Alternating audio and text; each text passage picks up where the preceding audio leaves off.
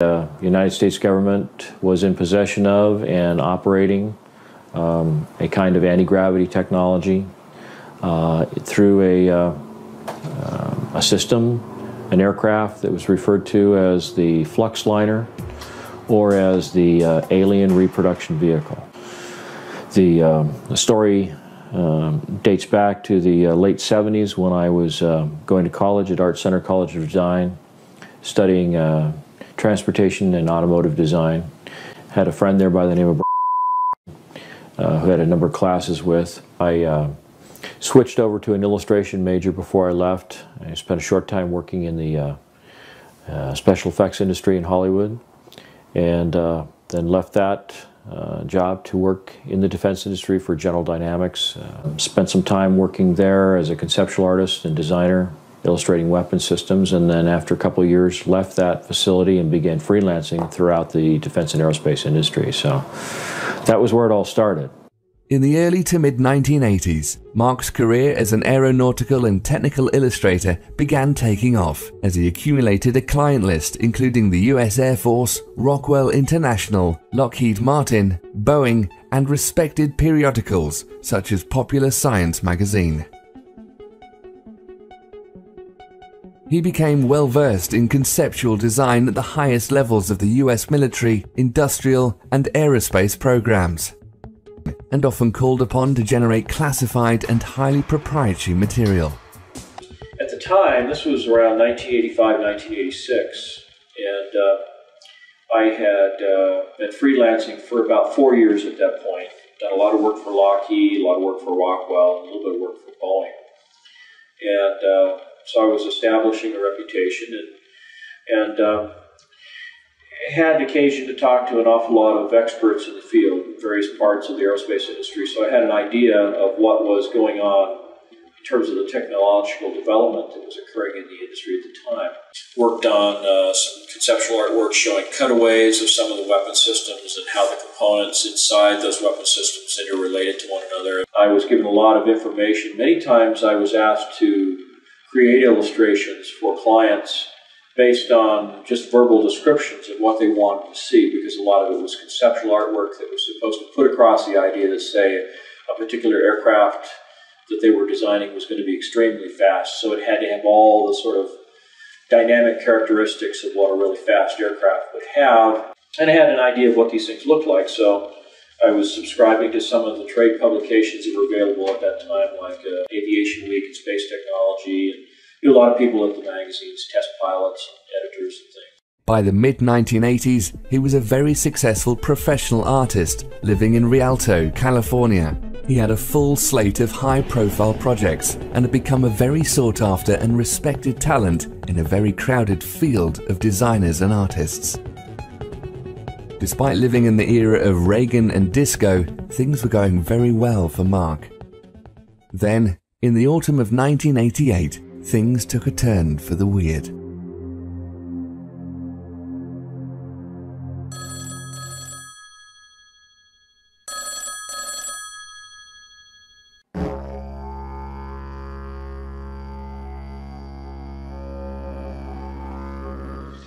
Well, it turns out that this was in October that the magazine hit the newsstand. It was a November issue of Popular Science. It was called the Mach 5 Spy Plane.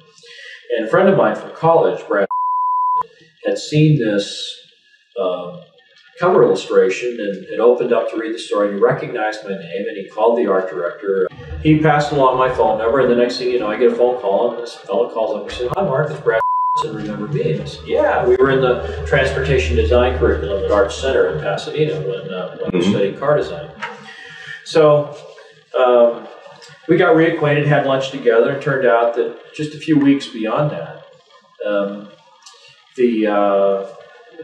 local Air Force base, Norton Air Force Base, was having a big air show. And there was a rumor that they were going to have an SR-71 Blackbird out there, which was still kind of a rare occurrence at air shows to see something like that. And so I invited Brad to come out to the air show, and he suggested that he might be bringing along a client that he was working with. He didn't say who it was at the time. but that he thought that there might be the possibility we could network some jobs together. So we arranged to meet together, and at the last minute, I got a second call from Popular Science to do yet another illustration. It was a quick turnaround. They wanted it done over the weekend. It was a quick, $3,000, so I couldn't turn that down. And it was for their February of '89 edition, with the cover story being about the X-31, which was an experimental aircraft program. So did that illustration, and Brad went to the air show, and when the weekend was over, I was kind of interested in his impression, and I called him up and I just said, how did you like the air show? And he just seemed completely different. When I talked to him on the phone, he sounded almost depressed. I mean, it was kind of a strange sort of reaction. And he said, well, I don't know. I think I saw something I wasn't supposed to see. And I said, well, how's that possible? Everything that's at the air show is sent there and flown there with the intent of putting it on static display, especially for the public. So how could you possibly see something that wasn't intended to be seen? He says, well, I got in to see a display that was a little more exclusive. It was something that was set aside for some top military brass and some top politicians with clearances. And the fellow I was with didn't realize at the time that certain items were going to be on display.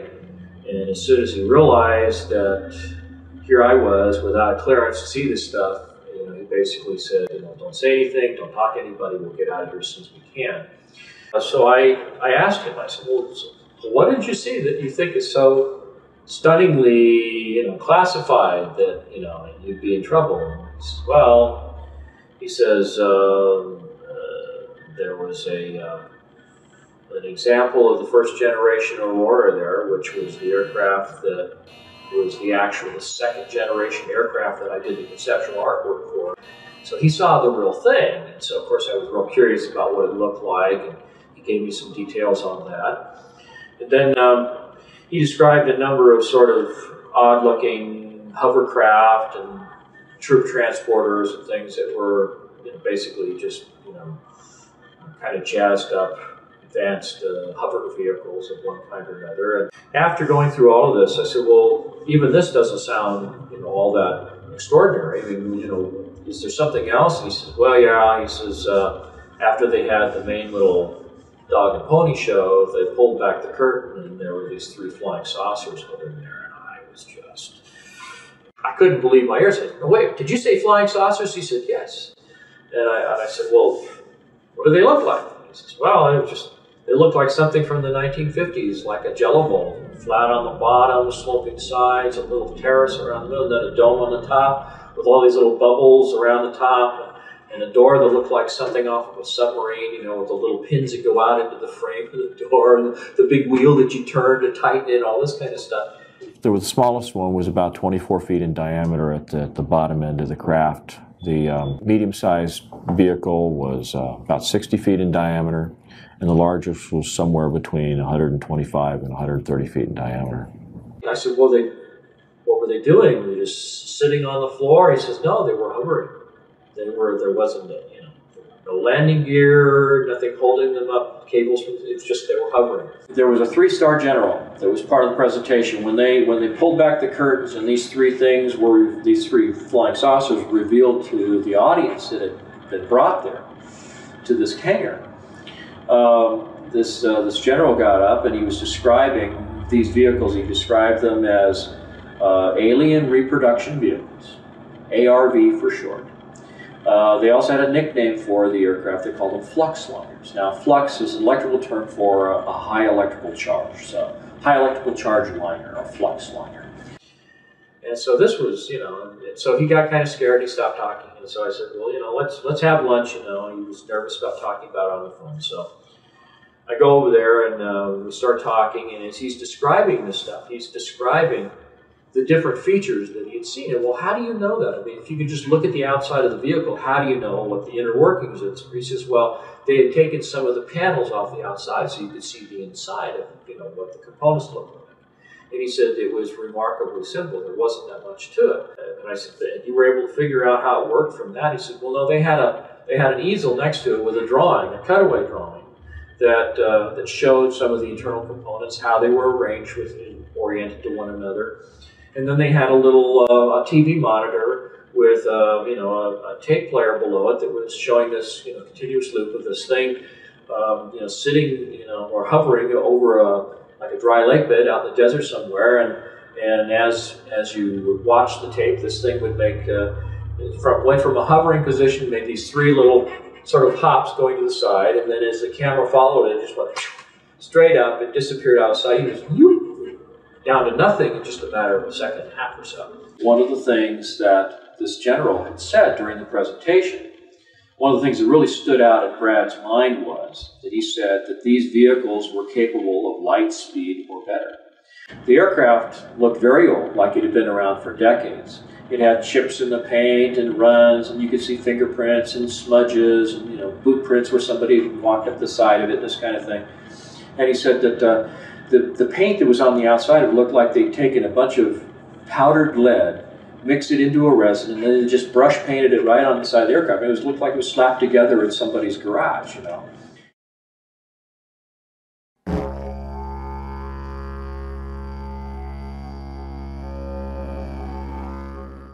So, according to his account, on November 12, 1988, Mark's friend inadvertently gained access to a highly classified airshow where the featured hardware of the event was real flying saucers. They were really strange looking, but appeared functional and were named to suggest anti-gravity and reverse-engineered alien technology. An official presence stated they could travel faster than light. Despite their futuristic performance capabilities, these appeared to be stripped-down, road-worn working prototypes, which had seen practical operation for years. If this were the case, they were crude but tangible proof of concept for a staggering leap in aviation technology. They used extremely advanced electromagnetic or field propulsion, as opposed to solid or jet fuel, nuclear power, or any other commonly known conventional means. It also meant our government and at least one other major defense contractor, Lockheed Martin, had been developing and deploying functional systems along these lines for many years. To both McCandlish and Brad, who'd been working professionally for some time within what they thought were the highest levels of aeronautical design, this odd system was a sucker punch from the future. Apparently this had a really, really serious impact on Brad, and he really seemed kind of stunned by what he had seen. So we got together for lunch, and I was doing all these idea sketches of what he described to me about how the components related, and I had your stereotypical sort of lens-shaped flying saucer like you see in more modern movies and stuff. And he said, "Oh no, this is real simple. It's flat on the bottom, sloping sides like a section taken out of a cone, a little ledge, and then a dome on the top." And he said the dome is actually the top half of a crew compartment that's like a big ball. Pretty sure that was about 12 feet in diameter. There's a central column that goes down through the middle. There's like a flywheel thing on it that, maybe, 6 to 9 feet in diameter. There's 4 ejection seats that are all back to back on this central column above the flywheel type thing. And he says a bunch of oxygen tanks in there that are all around the bottom. And he said the bottom is this huge capacitor array. It's probably, maybe 12 to 14 inches thick. It's shaved off at an angle on the edges. Looked like it had been put on a big giant milling machine, and they milled off the edges at a 35-degree angle. He said there's a series of these plate capacitors. I said, well, do you think that this is functioning like the Beethrow-Brown effect, like these experiments were done back in the 60s with levitating things with electrostatic fields and stuff? He said, well, that may be it, but he says, they told me, he said, one of the things I saw was that it was using zero-point energy. It was using scalar energy. Really? It's cool, huh? 0-point energy. Yeah, I save the best inventions for myself. Well, I've been corresponding with Tom Bearden for about 8 years at that point. We talked many times, mailed letters back and forth, talked on the phone and things. Okay, so what we have is a very strong argument that neither the scalar photon, that is the time-polarized photon, nor the longitudinal photon, which is over in 3 space, are individually observable. But if you somehow can combine the two, they are observable as the instantaneous quantum potential.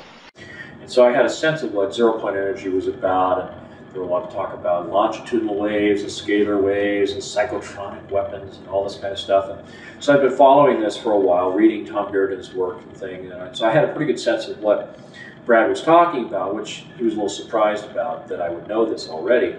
So he opened up to me a little bit more and began telling me more and more about it. When Brad finally became frustrated with my questions, he sat down while we were in his office together, and he did this rough sketch, which I still have to this day, 22 years later. And he just sat down, and right where we were sitting there at his table, he just kind of sketched out with an ink pen on a piece of legal-size white paper, and put some some little handwritten call-outs around the edges that described the number of capacitor plates in each one of the little sections, that there were they were so wide at the end, and the crew compartment was definitely about 12 feet in diameter. Just kind of put all these things down as close as he could remember to the way they existed. And so I sat down with all this information, and I just began sort of drafting it out.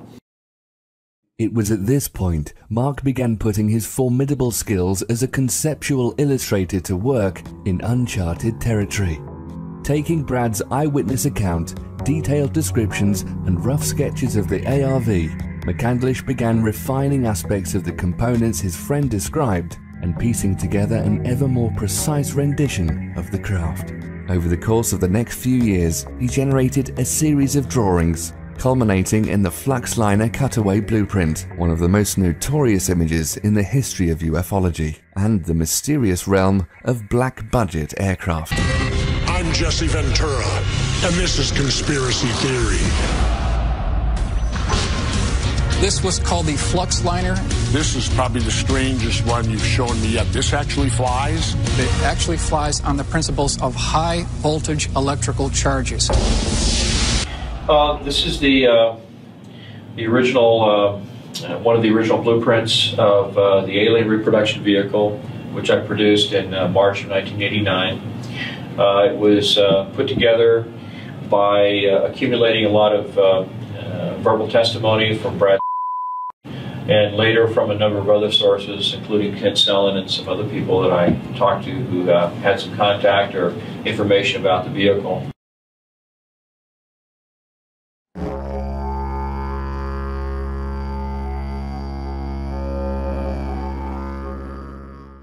For Mark, his friend Brad's initial account was a fascinating story with a degree of veracity and plausibility, worth exploring and doing some research, but was after all just one man's tale of a fairly unbelievable event, concept, and machine. However, this subsequent research led Mark to some other very compelling eyewitnesses, official documentation, including numerous scientific patents, and other sources, such as respected quantum physicists, which finally convinced him of the likelihood that the ARV might be a very real thing.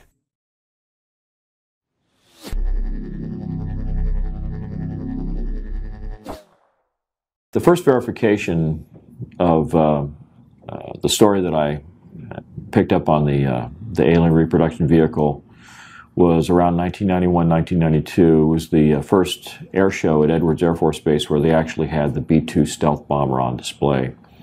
And in the course of that air show, I had occasion to join up with some clients from Rockwell International, and they introduced me to this fellow who claimed at the time that he was working with the Air Intelligence Agency. His name was Kent Sellen. He claimed that he had inadvertently seen this same craft at Edwards Air Force Base North Base facility in 1973. And I said, when, how, where, what were the circumstances? He says, well, I was a crew chief. He said, I worked on Bill Scott's plane when he was a test pilot.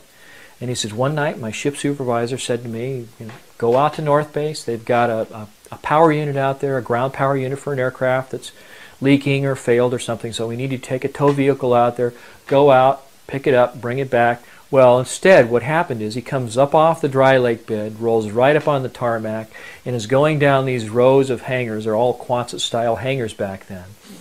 And He stops in front of the first one with the doors cracked, expecting to find this defective ground power unit, and what does he see? He sees this flying saucer sitting in the hangar, hovering off the ground. So I tell him, so well, what happened? He says, well, this thing, you know, was flat on the bottom, sloping sides, a little ledge around there, and then a dome on the top with these little glass things on top. Looked like there was a camera under each one. And I said, really? He said, yeah. No, you know, no landing gear. It was hovering. And I said, let me borrow your pen. So I took out a Kodak lens cleaning tissue package that I had in my camera bag. It was the only thing I could think of to draw on. I did a quick sketch of this alien reproduction vehicle as described by my friend Brad Sorensen back in 1988. And I said, is that what you saw? And he says, oh, you've seen one. And I said, no, but I wasn't sure until this moment that the story was absolutely true. And so that was when I knew there was a second point of confirmation. He says, I wasn't there for 15 seconds and I heard footsteps running up to me. Before I could even turn around and look, he says, there was a machine gun barrel at my throat, another one over here, and he says, a gruff voice says, close your eyes and get on the ground or we're going to blow your head off. So they put a hood over his head, blindfolded him, hauled him off, and they spent 18 hours debriefing him. He was forced to sign some non-disclosure documents about that, but then was given some additional information about it, things, details about the ejection sequence for that vehicle and so forth, things that Brad didn't know anything about. So that gave some validity to what he was saying.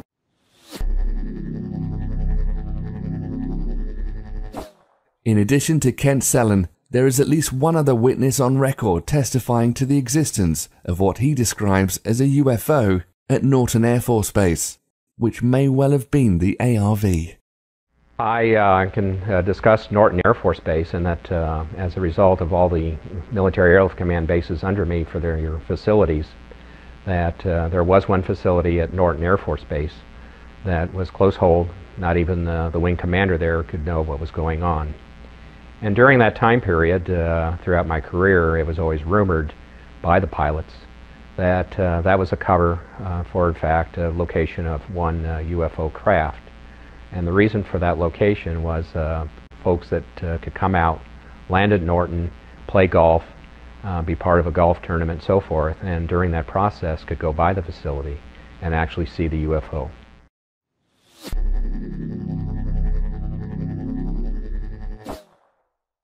I became so excited about the prospect that this thing really was real and that there really was some technology about it. And so every chance I got, I would strike up a conversation with someone I knew in the industry, and I'd ask them if they'd ever heard anything about this. I was talking to a fellow by the name of Paul Shepard, who was a UFO investigator. I felt that he'd have, you know, a little bit more knowledge about the kinds of things that were going on in this area of research.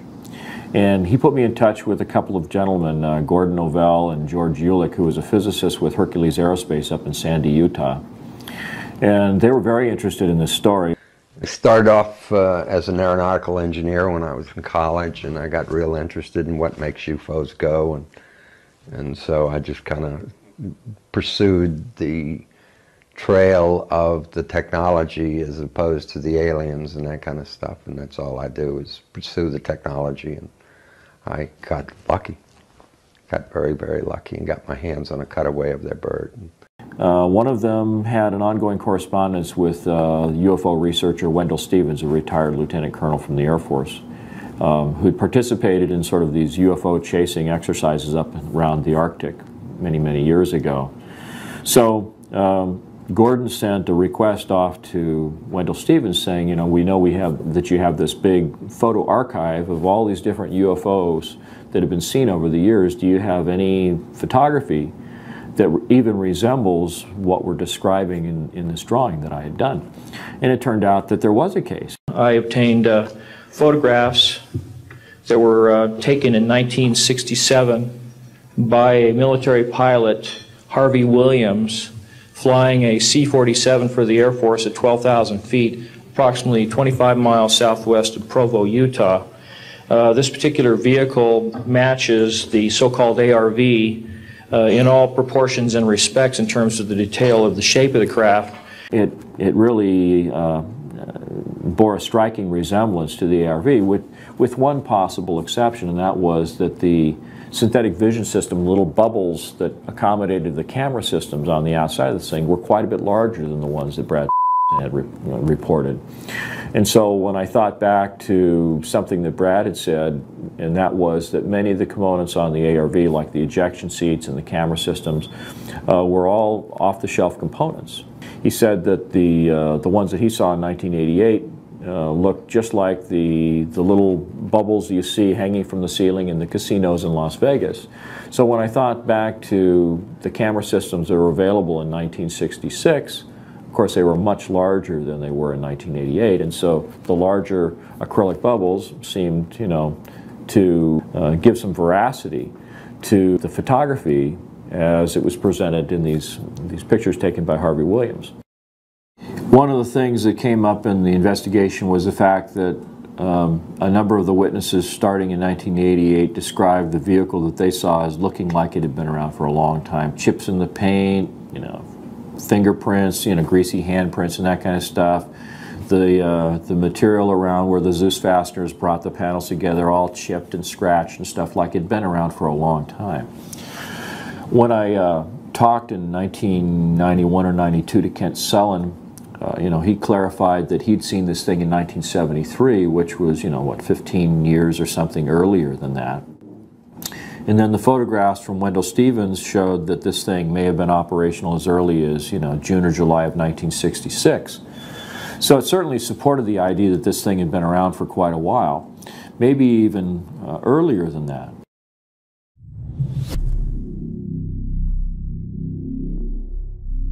When you look at some of the photography of UFOs, going all the way back to some of the earliest photography we know of, McMinnville, Oregon, for example, you see the same general layout, you see the same general configuration, the flat bottom, the sloping sides, a little dome in the middle, sometimes pointy, sometimes almost like the top end of a cylinder that's been chopped off, sometimes a perfectly round dome, sometimes even, you know, like a cone on the top.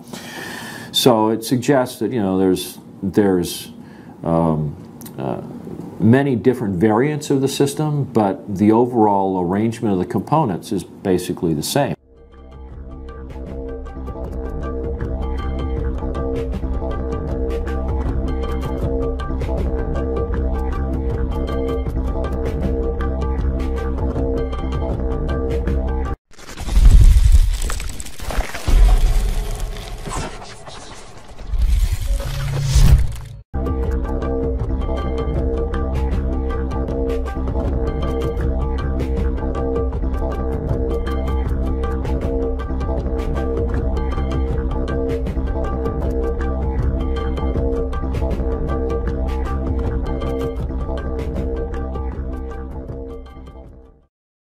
And I kept saying to myself, you know, this is just too much of a coincidence. You know, maybe this goes back a lot further than anybody knows. In fact, in a translation of a Sanskrit text written by a Middle Eastern king in the 11th century, there were references to Vimanas, or flying machines, with a propulsion system bearing a striking resemblance to that of the ARV. Strong and durable must the body of Vimana be made, like a great flying bird of light material. Inside, one must put the Mercury engine with its iron heating apparatus underneath. By means of the power latent in the Mercury which sets the driving whirlwind in motion, a man sitting inside may travel a great distance in the sky. One of the things that they described when you read up on the literature surrounding these so-called Vimanas was the so-called Mercury vortex or Mercury turbine engine. I see the word Vimana. Can you describe how that relates? Well, this is something that I spent a lot of time reading up about the so-called Mercury turbine generators or Mercury vortex generators described in some of these ancient Sumerian texts. And so I started looking at the possibility that there had to be some kind of circulation going on in the Mercury itself. So that was the kind of thing that I visualized would be going on inside the chamber. The central column has a number of components, a couple of counter-rotating cylinders. It sounds very much like the device that the Nazis were developing in the Wenceslaus mine in Poland towards the end of the Second World War. There seems to be some evidence that they were trying to develop some kind of an anti-gravity propulsion system or a zero-point energy device. Apparently, if we're talking about systems using components and processes similar to the ARV, We can't ignore the Nazis. I think it was Timothy Good published a story, maybe above top secret, where he found a researcher who was following developments by the Nazis at the end of the Second World War, and it looked like they'd been developing flying saucers up in Poland in the Wenceslas mine, and they had this thing that looked like Stonehenge, where they had all these high voltage cables coming into it and these chains that would hold something down, and they had this thing called the bell, the Das Glocke. Die Glocke. The bell. That was down in this mine in Wenceslas, and that it involved a ceramic dome, and it had two cylinders inside with a mercury solution circulating in it. The two cylinders were inside an electromagnetic field, and they were counter-rotating, and they had this mixture of mercury, thorium, and beryllium. Now, it looks like there's a high-voltage electrical discharge that's being sent through the mercury, and that is somehow doing something that enables this anti-gravity effect to occur.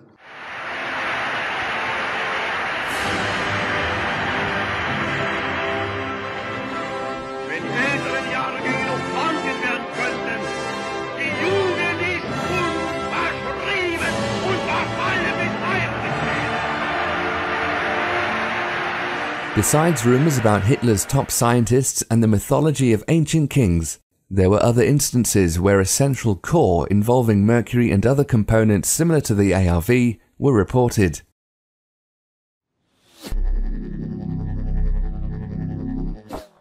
At one point, Mark contacted and interviewed possible UFO abductees to gain insight on the technology they may have seen in the alien craft, something he had in common with McDonnell Douglas in the 1960s, and possibly numerous other corporate and government entities since the 1940s. I wound up going to my management and telling them, you know, you're not going to believe this, but the UFOs are clearly coming from someplace else. They're clearly manned or humanoided, and the only question is whether we're going to figure out how they work before Lockheed or after. And so as a result of that, the company at that time, which has now of course been bought by Boeing, over several years put in about $500,000 worth of research effort under my direction to study gravity control techniques and also analyze UFOs. We hired a police detective to interview witnesses, abductees. We had experimental work and theoretical work. So it was kind of a fun project. In the course of all this, it occurred to me that one of the other resources that I might be able to draw on was people in the alien abduction community. I began to think, well, these people are either crazy or they're really having an experience of some kind. And some of them even talked about implants that were being recovered from their bodies. And so I was intrigued, and I thought, well, okay, if any of these stories are true, there might be a chance, however slim, that if they really were abducted by aliens, they might have gotten a tour of the ship. They might have seen some propulsion system components. And so I heard three of these young ladies being interviewed on a radio station out of Las Vegas. This was sort of the precursor to Art Bell and Coast to Coast AM. It was the Billy Goodman Happening. And he was interviewing Cindy Vodovos, Melinda Leslie, and Alicia Davidson. Contacted the station. They put me in touch with these three young ladies. I interviewed them individually, and much to my surprise determined that these young ladies seemed to be bona fide examples of the phenomena, with implants that could be seen on medical MRIs. So what I did was I simply asked them to describe what they saw, and without disclosing anything that I already knew about the components inside the alien reproduction vehicle, I found that these young ladies, at least one of them in particular, was able to describe not only components that strongly resembled the ones that were inside the alien reproduction vehicle, but they were also at a higher level of sophistication that actually gave additional clues about how the ARV actually functioned. Alicia Davidson described being escorted into the engine room and seeing the propulsion system components. And it involved a central column that was made of a transparent glass-like material. And she said there was a silvery fluid that was spiraling upward at the bottom of this column. Down in kind of this well that was in the center of the spacecraft was this little tiny flywheel-like mechanism spinning, which matched the ARV also. And this is at a point when this young lady had never seen any of the drawings that I'd done of what the ARV was structured like. I was just talking about propulsion components in general. But then she said that when you looked across this little well, this lowered floor area in the center of the room. There was like a guardrail around it. She stood there. You could look across, and she said it looked like below the deck she was standing on was this glass-like material with these coils of wire going through it. And they were spaced out in the same proportions as the ones on the URV. The thing that she said that was most significant was that the column itself was rotating in one direction, and the flywheel was spinning in the opposite direction. There was counter-rotation, which is something that's often been reported in UFO sightings. You see components on the craft that are spinning in opposite directions. Back here on Earth, the scientific community has been busy since the end of the Industrial Revolution. There have been dozens, perhaps hundreds of US and international patents dealing directly with electrokinetics and electrogravitics, going back to the turn of the last century. It would be safe to assume private industry and the military have also been working on a great deal of related applications off the public record. In short, since Nikola Tesla's first experiments with pushing electricity around, mankind has had a thing for anti-gravity.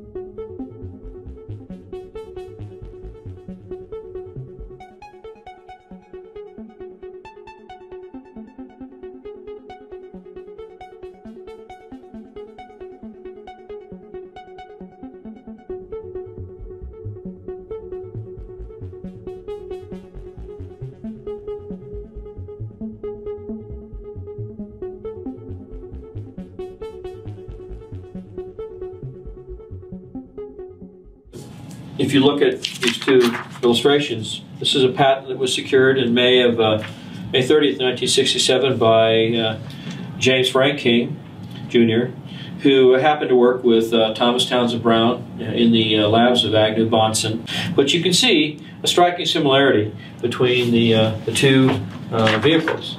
On the one hand, you've got a sort of a frustrum-shaped fuselage section. You've got a series of coils that wrap around the crew compartment, although the crew compartment in this instance is more of a cylinder. But you also have a central column that goes down through the middle, and you have this capacitor section that's in the bottom. And then you have these little flight control mechanisms here. You know, I find it really remarkable that there's so much similarity between the two objects. Mm-hmm. And when is that patent from? May 30th, 1967. It's called a magneto-hydrodynamic propulsion apparatus. And so I started thinking, well, maybe it's like a cyclotron. Maybe there's an electrical discharge from this. Basically, this whole thing looks like a giant Tesla coil. It's got the capacitor array. It's got, you know, a central column that looks like the secondary windings of a Tesla coil. And this might even go back to something that Nikola Tesla discovered back in the 1940s, and, you know, it just was all hushed up, and all the UFO sightings we've ever seen were something that came from Nikola Tesla and not from another planet. And I mean, these are the things that were all going through my head at the time. So it was really surprising to find all the different sources that I encountered that seemed to provide useful information as to how this thing was made, how it worked, what its energy sources were, and it was all really fascinating to me, and that's one of the reasons I pursued it. It wasn't because I was, you know, like I say, trying to breach national security. I was just insatiably curious about how these things work.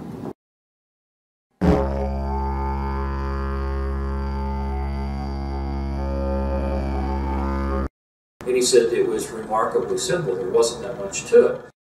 The ARV system, for all of its claims of flashy, out-of-this-world propulsion capabilities, was indeed remarkably simple.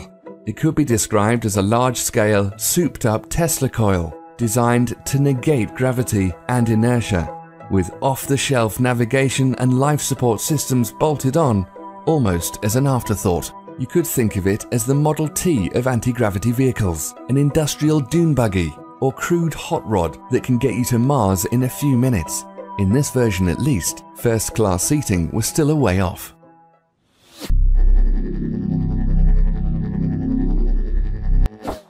From everything I've been able to gather, it helps to understand what some of the components are. There's a large capacitor array on the bottom of the craft. It's in the smallest version, it's 24 feet in diameter. The outer edge of the plates and the capacitor section itself, they're shaved off at that same 35-degree angle. So you have a series of plates that are progressively smaller as you get higher and higher in the stack. And there's 48 sections that are all set up like that. Through the middle of the crew compartment is a central column that's called the amplifier section that's in the middle of the craft. On the very center point of that column is what looks like a large 9-foot diameter flywheel type mechanism. Then around the belt line of the crew compartment is about a 2-foot wide coil of wire that's embedded in the same glass-like material that the capacitor section plates are embedded in.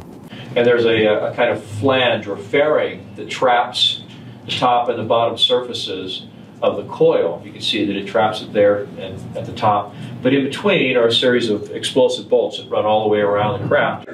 They said above this ledge there is looks like a door out of, your stereotypical cartoon submarine, has a steel frame that's embedded in the side of this protruded sphere that makes up the crew compartment.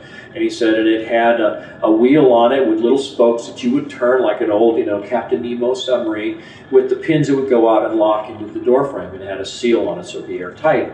And then the ejection seats are mounted back to back. There's 4 of them in the smallest version of the craft, and they're mounted on this central column on a set of rails.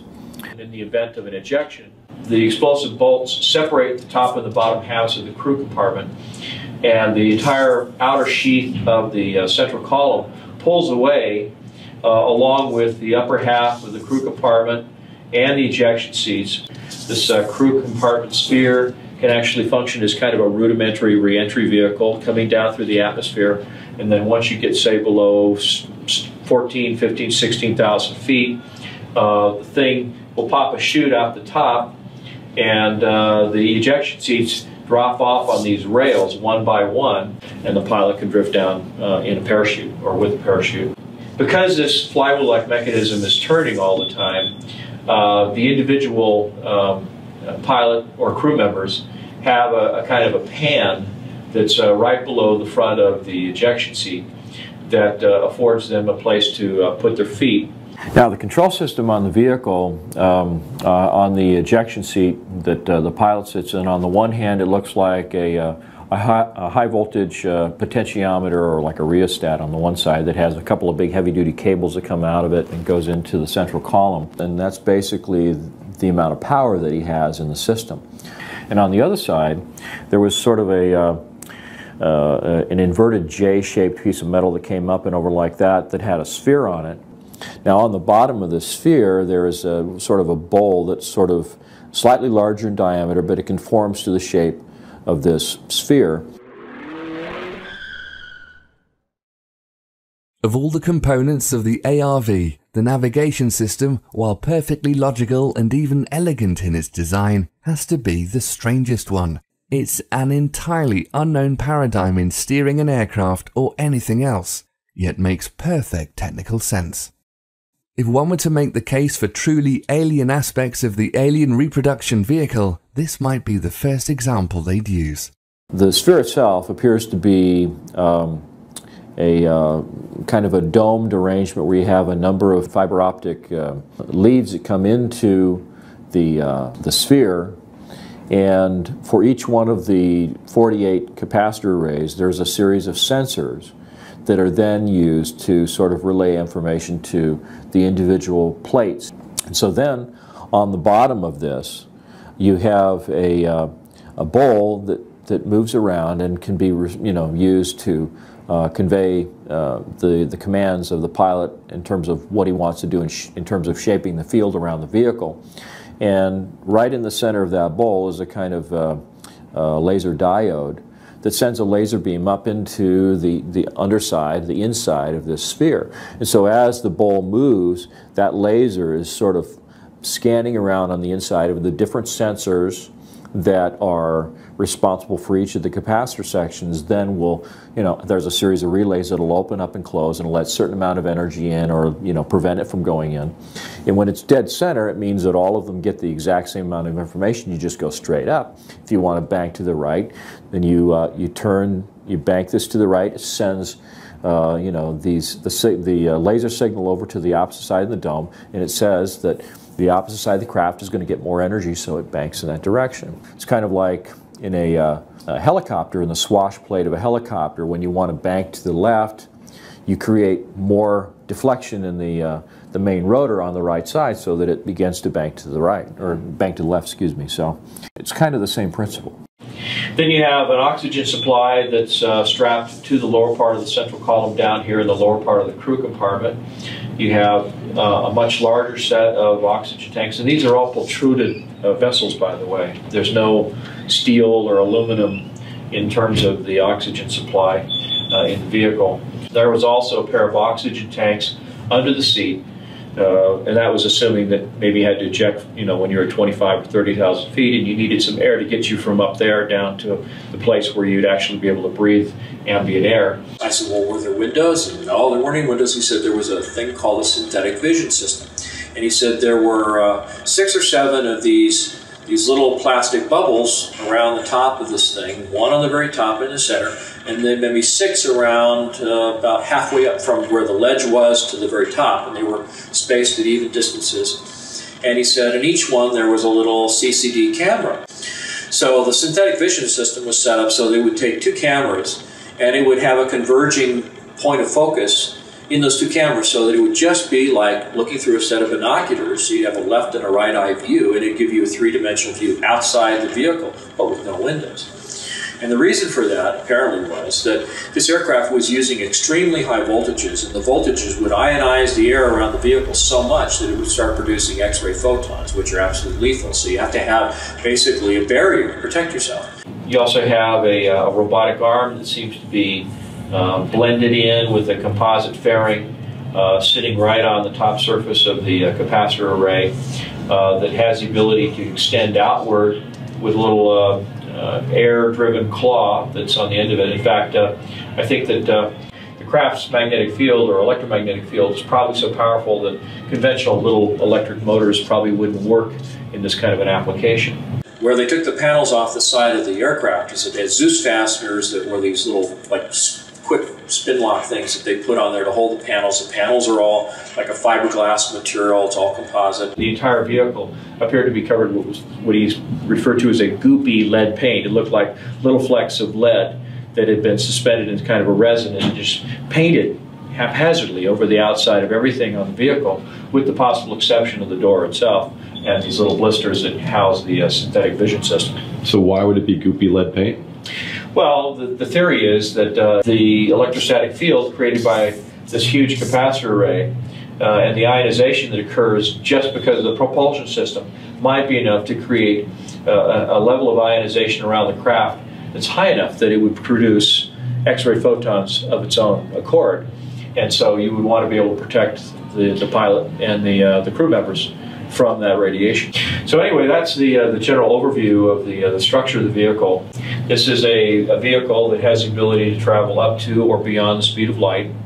And part of the reason that it's able to do that is because it exploits the energy form that's embedded in space-time that's responsible for the effects of mass and inertia.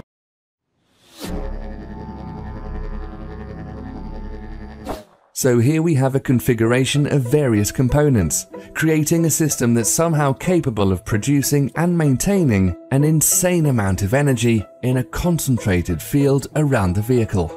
This field can be precisely controlled by the pilot with the aid of a basic throttle, an alien steering ball, and a bunch of casino cameras. There's plenty of onboard oxygen, handy if you're off the planet, and a lead coating so the occupants don't get fried in their seats, and a robot arm in case you need a robot arm somewhere. It looks like a big clumsy diving bell from 1905, but apparently works like a helicopter you can take past light speed. Its beauty and elegance lie in the propulsion system, maybe a really fast one that gets around currently accepted physics, one we commonly associate with UFOs.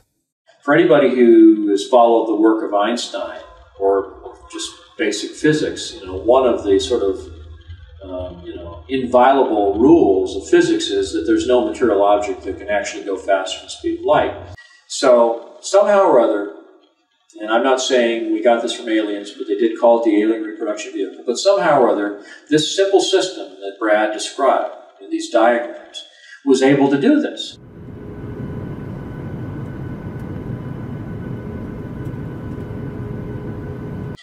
So I began looking at the scientific literature. I was looking at this scalar energy, anything I could find on zero-point energy, scalar energy, quantum zero-point fluctuations of the vacuum, I think is the more technical physics term that they use in the literature. And it turned out that there really were scientific papers that were being published by a number of different scientists, Hal Puthoff, Bernard Haish, Alfonso Rueda, who just happened to work at Lockheed Skunk Works, by the way. So I started noticing the names and where they worked and what they do, what they were talking, what they were publishing.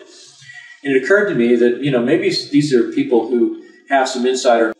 So I started looking at that. I started looking at the things that Hal Puthoff had said. In the middle of last century, physicists made an astounding discovery. And that is what we ordinarily consider empty space isn't empty at all. Even if you go to the far reaches of outer space, it turns out that rather than emptiness, what we call the vacuum is really a seething cauldron of what we call quantum energy, or zero-point energy. Zero-point just simply means that even if you froze the entire universe down to absolute zero, froze out all motion, where everything would be as quiet as you could possibly get it, this energy is still there. It was predicted by the mathematics of quantum theory, but the numbers were so large. For example, there's enough energy in the volume of a coffee cup to evaporate the world's oceans. It was thought, well, this must be some kind of artifact of the theory. But as time went on, various predictions in quantum theory were verified in the laboratory, and it finally turned out we had to take these numbers seriously. So I opened up a correspondence with Hal Puthoff, and he was very gracious in taking time to talk to me on the phone, send me copies of the peer-reviewed papers that he had published in Physics Review, Physics A, Physics B, and I couldn't understand the mathematics with all these Greek symbols, and I mean it was really advanced theoretical stuff. But what I was able to follow were the paragraphs that were before and after the equations that explained what all the math was talking about. And so as I went through these papers and I would talk to Hal, he would explain to me, well, this means that this is a certain process, a polarization process that happens in the vacuum of space-time, and when you do that, you have this kind of phenomenon. When you do that, you have this other phenomenon. And the papers that he wrote started to indicate this zero-point energy that's embedded in the environment. Was responsible for the effects of inertia and gravity and mass, and the reason why as you accelerate through space-time, the mass of your vehicle increases.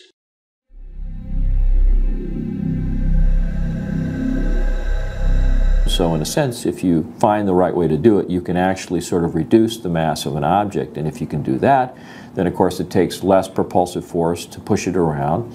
It means that it can go a lot faster because it's not limited by the amount of mass that it increases to as it accelerates. In fact, it may in fact be a situation where the faster you go, the more energy you have available to continue the acceleration process, and at the same time the mass is becoming relatively less and less and less.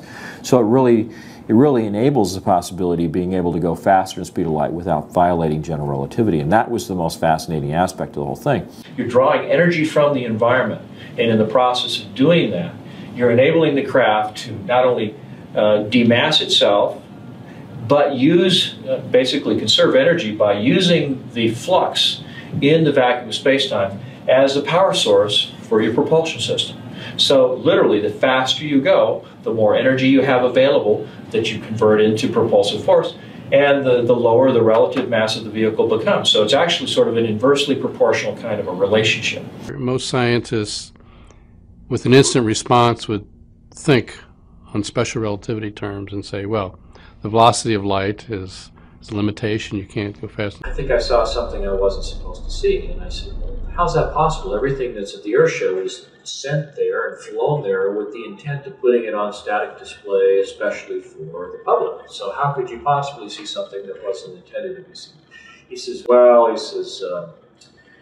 I got in to see a display that was a little more exclusive. It was something that was set aside for some top military brass and some top politicians with clearances, and the fellow I was with didn't realize at the time that certain items were going to be on display. And as soon as he realized that here I was without clearance to see this stuff, he basically said, don't say anything, don't talk to anybody, we'll get out of here as soon as we can. So I asked him, I said, well, what did you see that you think is so stunningly, classified that, you'd be in trouble? And he says, well, he says, there was an example of the first generation Aurora there, which was the aircraft that was the second generation aircraft that I did the conceptual artwork for. So he saw the real thing, and so of course I was real curious about what it looked like, and he gave me some details on that. And then he described a number of sort of odd-looking hovercraft and troop transporters and things that were basically just kind of jazzed up advanced hover vehicles of one kind or another. And after going through all of this, I said, we had an idea of what these things looked like. So I was subscribing to some of the trade publications that were available at that time, like Aviation Week and Space Technology, and a lot of people at the magazines, test pilots, editors, and things. By the mid-1980s, he was a very successful professional artist living in Rialto, California. He had a full slate of high-profile projects and had become a very sought-after and respected talent in a very crowded field of designers and artists. Despite living in the era of Reagan and disco, things were going very well for Mark. Then, in the autumn of 1988, things took a turn for the weird.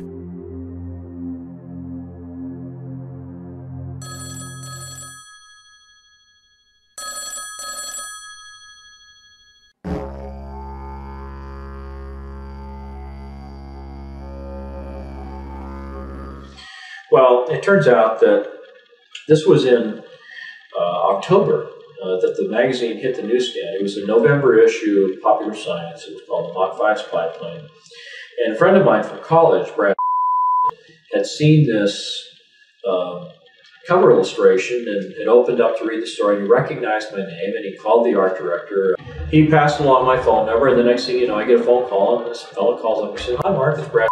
And remember me? And I said, yeah, we were in the transportation design curriculum at Art Center in Pasadena when we studied car design. So we got reacquainted, had lunch together, and turned out that as an aeronautical and technical illustrator began taking off as he accumulated a client list including the US Air Force, Rockwell International, Lockheed Martin, Boeing, and respected periodicals such as Popular Science magazine.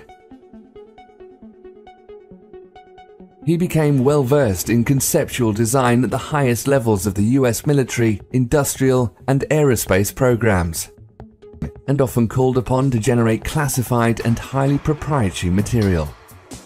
At the time, this was around 1985, 1986, and I had been freelancing for about 4 years at that point. Done a lot of work for Lockheed, a lot of work for Rockwell, and a little bit of work for Boeing.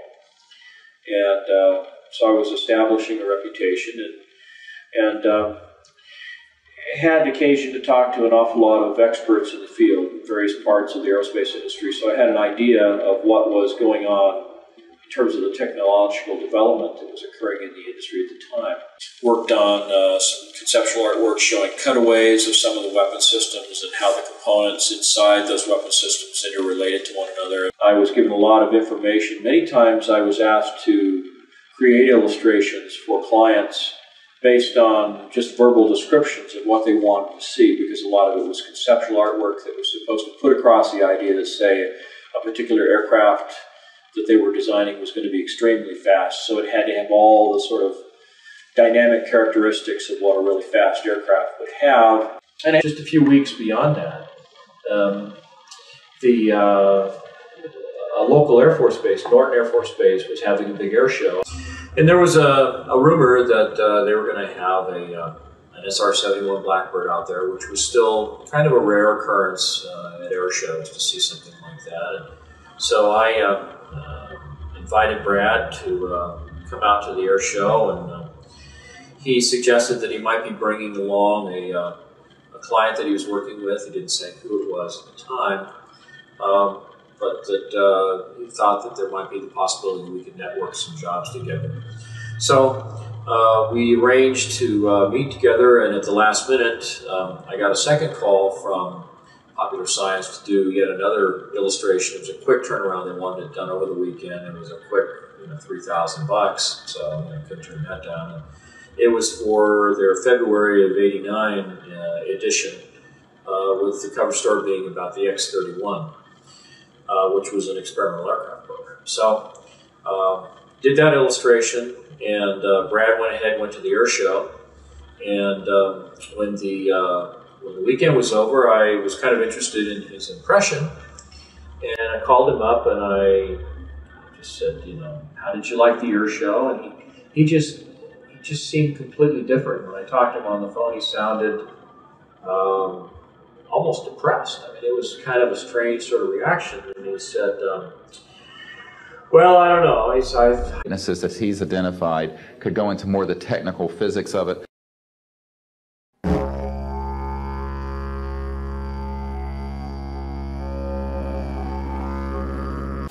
My name is Mark McCandlish, and for the better part of the last 30 years, I've been a conceptual artist, illustrator, and designer, working predominantly for the aerospace and defense industries. About 1988, I came into some information that indicated that the United States government was in possession of and operating a kind of anti-gravity technology through a system, an aircraft that was referred to as the flux liner or as the alien reproduction vehicle. The story dates back to the late 70s when I was going to college at Art Center College of Design, studying transportation and automotive design. Had a friend there by the name of who had a number of classes with. I switched over to an illustration major before I left. I spent a short time working in the special effects industry in Hollywood, and then left that job to work in the defense industry for General Dynamics.